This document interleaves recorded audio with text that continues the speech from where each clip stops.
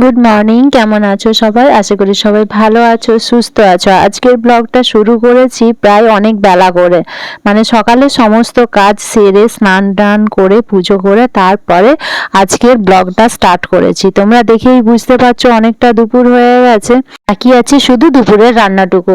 তো দেখো রান্না করব। এখানে আমি ফ্রিজ থেকে মাছটা বার করে রেখেছি, মোরলা মাছ আর চিংড়ি মাছ, এটা বেছে নিতে হবে। আর এদিকে মশলাও আমি কেটে নিয়েছি, আদা রসুন পেঁয়াজ এইসব সমস্ত কিছু কেটে নিয়েছি। আর এখানে সবজি বসিয়ে দিয়েছি, মানে সবজিটা সেদ্ধ হয়ে গেছে, ভাত হয়ে গেছে।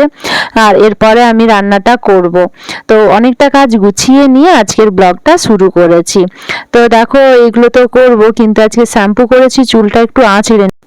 এত পরিমাণে হেয়ার ফল হচ্ছে, তোমাদের আমি প্রায় সময় দেখাচ্ছি, বেশিরভাগ ব্লগ ভিডিওতেই বলছি যে প্রচুর হেয়ার ফল হচ্ছে। তোমরা দেখেই বুঝতে পারছো কত চুল পড়ছে। এই সমস্যার সমাধান তো করতে হবে, তাই না? তাই খুব তাড়াতাড়ি এই সমস্যার সমাধান নিয়ে আসছি। তোমরা কিন্তু আমাকে জানাও, তোমরা কি চাও এই সমস্যার সমাধান? বর্ষাকালে যাতে চুল না এভাবে পড়ে, চুল পড়াটা বন্ধ হয়ে যায়, তাহলে একটু কমেন্ট করে জানিও। তো আমি বেরিয়ে পড়েছি একটু দোকানে। রান্না করতে গিয়ে দেখলাম যে আদাটা ফুরিয়ে গেছে, আদা নেই। তো সেই জন্য আদা আনতে বেরিয়ে পড়েছি। আমি আদা নিয়ে এসে রান্না বান্না পুরো কমপ্লিট করে নিলাম। এখানে মাছের ঝাল করেছি, এখানে যে সবজিটা সেদ্ধ করে রেখেছিলাম ওটাও করে নিয়েছি। আর চিংড়ি মাছটা আমি এইভাবে শুকনো শুকনো ভাবে একটা ঝাল মতো করেছি। আর মোরলা মাছ কালো জিরে দিয়ে শুকনো শুকনো করেছি। তো এই রেসিপিগুলো আমার ভীষণ পছন্দ, মানে আমি শুকনো খাবার বেশি খেতে পছন্দ করি, তাই এই রান্নাটা কমপ্লিট করে নিয়েছি। চলো এবারে খেয়ে নিই। দুপুরের খাওয়ার জন্য আমি বেড়ে নিয়েছি। আর এখানে করেছি আজকে একটু লাউ চিংড়ি। তো রান্না বান্না কমপ্লিট করে খেয়ে দিয়ে নিয়ে দুপুরবেলায় আমি জামা কাপড়গুলো সব তুলে দেবো, যেগুলো শুকিয়ে গেছে সেগুলো তুলে দেবো, তুলে দিয়ে তারপরে শোবো। দেখছো তো চুলটা উঠে উঠে একদম কতটা পাতলা হয়ে গেছে, প্রচুর পরিমাণে পাতলা হয়ে গেছে। আর এখানে চুল যাতে না ওঠে সেই জন্য কিন্তু আমি খুব ভালো একটা হেয়ার ট্রিটমেন্ট বানিয়েছি। তোমরা কি চাও? তাহলে কিন্তু আমাকে কমেন্ট করে জানাও যে হ্যাঁ তোমরা চাইছো বর্ষাতে যাতে চুল একটাও না পড়ে, তাহলে কিন্তু আমি তোমাদের সাথে সেটা শেয়ার করব, ঠিক আছে? তো দেখো এখানে আমি জামা কাপড়গুলো তুলে নিচ্ছি, যেগুলো শুকিয়ে গেছে। আজকে আচারও রোদে দিয়েছি, মোটামুটি রোদটা অনেক বেশি থাকার কারণে অনেক কিছুই রোদে দিয়ে দিয়েছি। একটু একটু রোদ খাইয়ে নিলে ভালো থাকে। আর জামা কাপড়গুলো তুলে নিচ্ছি, কারণ সবুজ যেগুলো শুকিয়ে গেছে সেগুলো তুলে নেওয়াই ভালো। আর যেগুলো ভেজা আছে সেগুলো থাক রোদের মধ্যে, অসুবিধের কিছু নেই। তারপরে একটুখানি রেস্ট নেব, তারপরে অন্যান্য কাজ করব।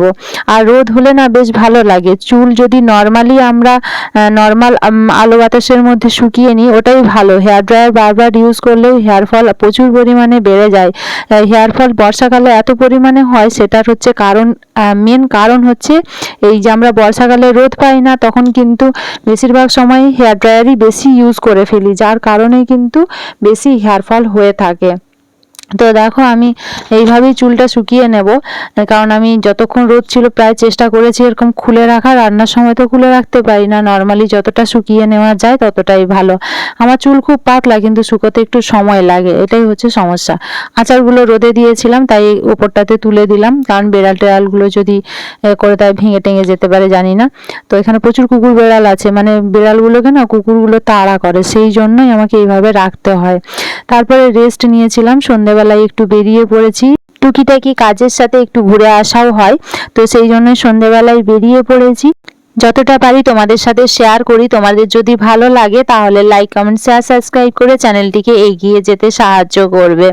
আর যদি তোমাদের একটুও ভালো লেগে থাকে বা ভালোবেসে থাকো আমাকে, তাহলে একটু কমেন্ট করো, কারণ তোমাদের কমেন্ট আমাকে অনেকটা মোটিভেট করে এগিয়ে যাওয়ার জন্য। নেক্সট একটা ব্লগে আবার দেখা হবে। আজকের জন্য বাই বাই, টেক কেয়ার।